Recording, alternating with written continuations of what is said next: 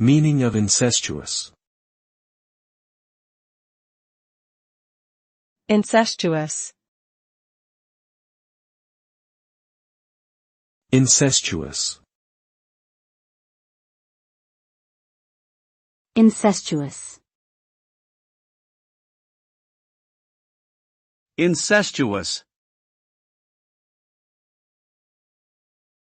The term incestuous is commonly used to describe relationships or activities that involve close family members engaging in sexual or romantic relationships. This can include siblings, parents and children, or other relatives. The word often carries a negative connotation and is generally considered taboo in most cultures. In broader contexts, incestuous can also refer to any situation where individuals or groups are excessively intertwined, interdependent, or closely connected, to the point of being self-referential or stagnant.